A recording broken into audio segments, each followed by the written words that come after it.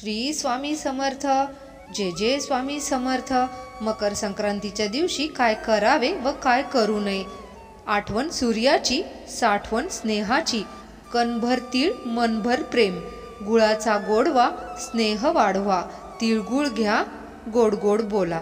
मकर संक्रांतीच्या तुम्हा सर्वांना हार्दिक शुभेच्छा. मकर संक्रांत हा सौभाग्यवती स्त्रियांसाठी खूप खास सण मानला जातो, कारण प्रत्येक स्त्रियांना छानसं तयार व्हायला खूप आवडतं.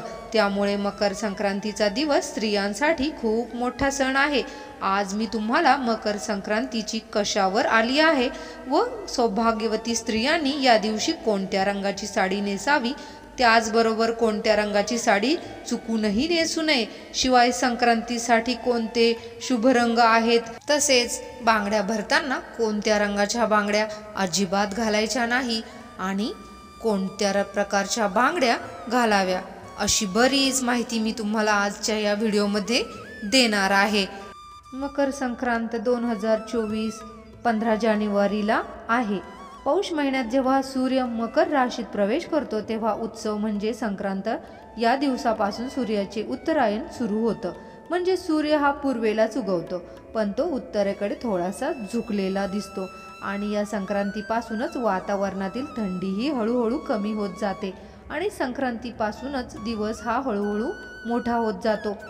मकर संक्रांतीला स्नान, दान, धर्म, देवाचे दर्शन, तप याला विशेष महत्त्व आहे. या दिवशी पवित्र नद्यांमध्ये स्नान करणं खूप पुण्यकारक मानलं जातं. तसेच या दिवशी दान केल्याने अनेक प्रकारच्या मनोकामना देखील पूर्ण होतात.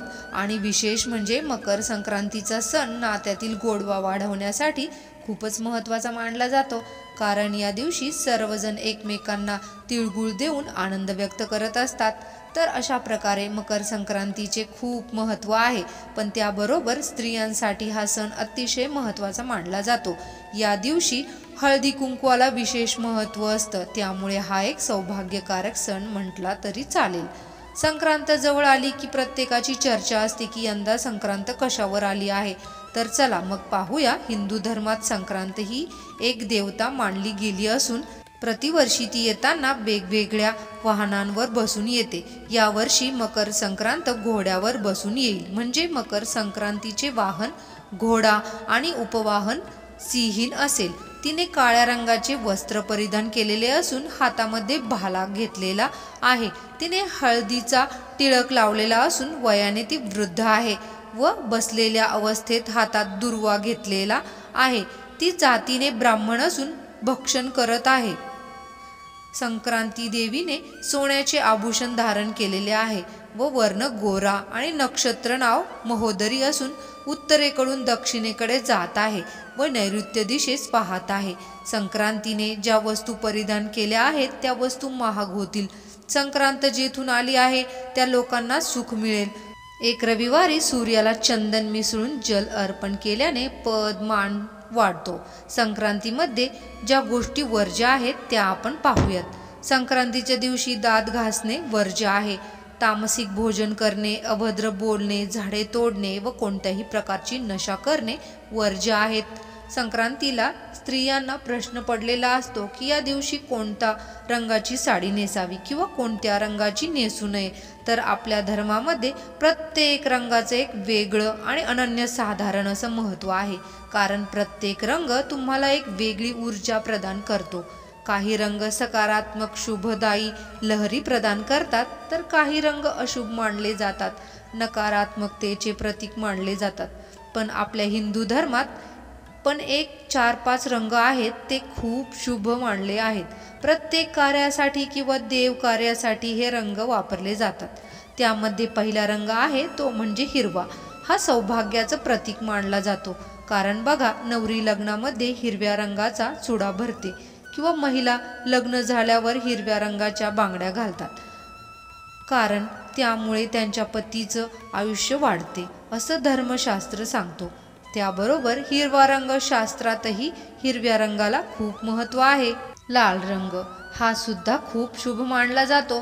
तुम्हाला रोज देवाची पूजा करताना किंवा कोणतीही पूजा मांडताना आपण पाटावरती लाल रंगाचे वस्त्र टाकतो, कारण लाल रंग हा सर्व देवांना त्याबरोबर माता लक्ष्मीला सुद्धा अत्यंत प्रिय आहे। हा रंग सौभाग्याचं, उमंग, ध्येय आणि नवीन जीवनाचे प्रतीक मानला जातो। त्यामुळे शक्य असेल तर तुम्ही मकर संक्रांतीला लाल रंगाची साडी सुद्धा नेसू शकता। पुढचा रंग आहे केसरी रंग। केसरी रंगाची साडी सुद्धा नेसू शकता। हा केसरी रंग त्याग, ज्ञान, शुद्धता आणि सेवेचे प्रतीक आहे। केशरी रंग हा देवी शक्तीचा प्रतिनिधित्व करतो। या रंगातून सकारात्मक ऊर्जा प्रवाहित होत असते। त्यामुळे केसरी रंगाची साडी घातल्याने सुद्धा तुम्हाला एक नवीन प्रकारची ऊर्जा मिळेल। त्यानंतर पिवळा रंग। पिवळ्या रंगाच्या कपड्यांना पितांबर म्हटलं जातं। कोणत्याही प्रकारचा मांगलिक कार्यात पिवळा रंग जास्त वापरला जातो। तसेच पूजेमध्ये सुद्धा पिवळा रंग हा खूप शुभ मानला जातो। त्यामुळे पिवळ्या रंगाची साडी सुद्धा तुम्ही संक्रांतीला नेसू शकता। नंतर सर्व स्त्रीवर्गाचा आवडता रंग म्हणजे गुलाबी रंग। जवळपास प्रत्येकीला गुलाबी रंग हा आवडतो। गुलाबी रंग हा प्रेमाचा रंग मानला जातो। तसेच हा रंग आनंदाचे प्रतीक सुद्धा मानला जातो। गुलाबी रंगाचे कपडे परिधान केल्यामुळे आपलं मन सुद्धा प्रसन्न होतं। गुलाबी रंगामुळे सुख, समाधान येतं आणि मन सुद्धा शांत राहतं। त्यामुळे गुलाबी रंगाचे एक अनन्यसाधारण असं महत्त्व आहे। त्यामुळे तुम्ही गुलाबी रंगाची साडी देखील नेसू शकता। हे झाले शुभ रंग। आणि संक्रांतीच्या दिवशी अशा रंगाचे कपडे परिधान केल्यामुळे हे रंग बाहेरची उष्णता शोषून घेतात आणि आपले शरीर उबदार ठेवतात। थंडीपासून आपलं संरक्षण व्हावं म्हणून गडद रंगाचे कपडे या दिवशी घातले जातात। पण त्याचबरोबर तुम्ही चिंतामणी कलर, पोपटी कलर, राणी कलर, क्रीम कलर अशा रंगाच्या साड्या सुद्धा नेसू शकता। या सर्व रंगाच्या साड्या तुम्ही या दिवशी नेसू शकता। फक्त काळा रंगाची साडी नेसायची नाही, कारण संक्रांती देवीने ज्या रंगाचे वस्त्र परिधान केलेले आहे त्या रंगाची साडी किंवा वस्त्र या दिवशी परिधान करू नये असं सांगितलं जातं। म्हणजे ही पद्धत बघा पूर्वीपासून चालत आलेली आहे। या वर्षी म्हणजे 2024ला यंदा संक्रांत काळ्या रंगावर आली आहे। त्यामुळे या वर्षी संक्रांतीला काळ्या रंगाची साडी आपण चुकूनही नेसायची नाही। त्यानंतर बांगड्यांबद्दल सांगायचे झालं तर संक्रांतीला प्रत्येक स्त्रिया बांगड्या भरत असतात। 16 शृंगार यामध्ये बांगड्यांचा समावेश असतो। त्यामुळे आपल्या हिंदू धर्मात बांगड्यांना सुद्धा खूप महत्त्व आहे। संक्रांतीला सर्व स्त्रिया छान छान काठापदराच्या साड्या घालतात, औसायला जातात, हळदी कुंकू करतात, तिळगुळ देतात आणि त्यामुळे आपल्या हातामध्ये 2-2 तरी काचेच्या बांगड्या असायलाच पाहिजे। तुम्ही हिरव्या रंगाच्या बांगड्या घालण्याचा प्रयत्न करा, कारण हिरवा रंग हा शुभ आणि सौभाग्याचं प्रतीक मानला जातो। आणि असं सुद्धा म्हणतात की हिरव्या रंगाच्या बांगड्या घातल्यामुळे आपल्या सौभाग्यामध्ये वाढ होते, म्हणजे आपल्या पतीचे आयुष्य वाढते असं धर्मशास्त्रात सांगितलेले आहे। त्यामुळे शक्यतो तुम्ही काचेच्या आणि हिरव्या रंगाच्या बांगड्या घाला। बांगड्या घालताना एका हातामध्ये 6 आणि दुसऱ्या हातामध्ये 7 अशा प्रकारच्या घालायच्या आहेत। बांगड्या घालण्याचे नियम आहेत। आपण कासाराकडे गेलो असता तो आपल्याला अशाच प्रकारच्या बांगड्या भरतो।